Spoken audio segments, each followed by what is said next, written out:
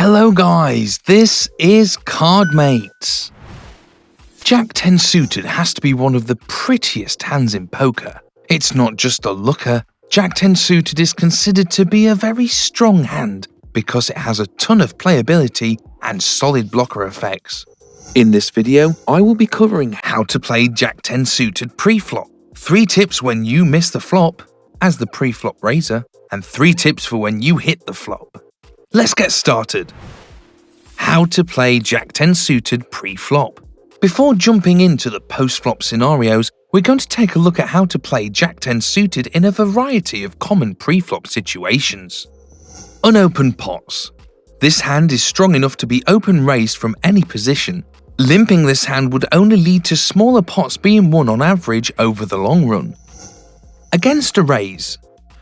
Your play when facing a raise should depend on your position and the position of the raiser. Let's split this section into 3 groups. When you're in the middle position, through button. There are 2 schools of thought, both of which can be good. Number 1, playing a 3-bet only strategy. And number 2, play a mixed strategy that has both 3 bets and cold calls. Both strategies have extremely similar expected value, as long as you apply the most appropriate post-flop strategy. If you want to choose a 3-bet or fold strategy, you will want to 3-bet with this hand. If you're using a mixed strategy, then you will want to call with this hand as it's not strong enough to 3-bet for value, nor is it weak enough to 3-bet as a semi-bluff. Number 2, from the small blind. If you play this hand from the small blind when facing a raise, you should always 3-bet, and you should do so almost every time. The exception is when you are against a very tight opening range in a 9-handed game. And number 3, from the big blind. When you're in the big blind facing a raise, you should vary your play based on the position of the raiser. If it was the small blind, cutoff, or button who raised, you can either 3-bet or call. Using a mixed frequency strategy is best according to preflop solver outputs. Against all other positions, just call and take a flop. Against a 3-bet. In highly ranked games, which is most poker games, preflop solvers show that 10 Jack suited should sometimes be called and sometimes be 4-bet when out of position against the 3-better. There is a huge penalty for calling a 3-bet and seeing a flop when most games have a no flop, no drop rule in place. This is why such a powerful hand should not still hit the muck against a 3-bet some of the time. When you're facing a 3-bet and have the advantage of position, you should almost always call with Jack 10 suited. The exception here is when you raise from an early or middle position and the player who 3-bet is a good player, with a well-built 3-betting range. Against a 4-bet. Not all 4-bet solutions are the same, so let's break this section down into 2 scenarios. Number 1, you 3-bet from a middle position through button and face a 4-bet from the open raiser. You should usually fold in this spot. The exception is if you're on the button facing a 4-bet from the cutoff, in which case you can call. You 3-bet from small blind or big blind. You should only call in this scenario when it is the player on the button 4-betting, otherwise make the fold. Keep in mind that it is important to consider your opponent's 4-betting tendencies.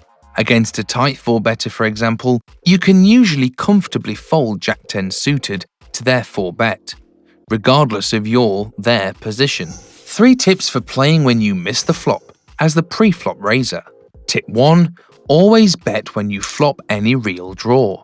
Jack 10 doesn't have any showdown value, which makes it an ideal semi-bluffing hand when you have outs to improve to a straight or flush. That includes gut shot straight draws. Tip 2. Always bet when you have the backdoor flush draw.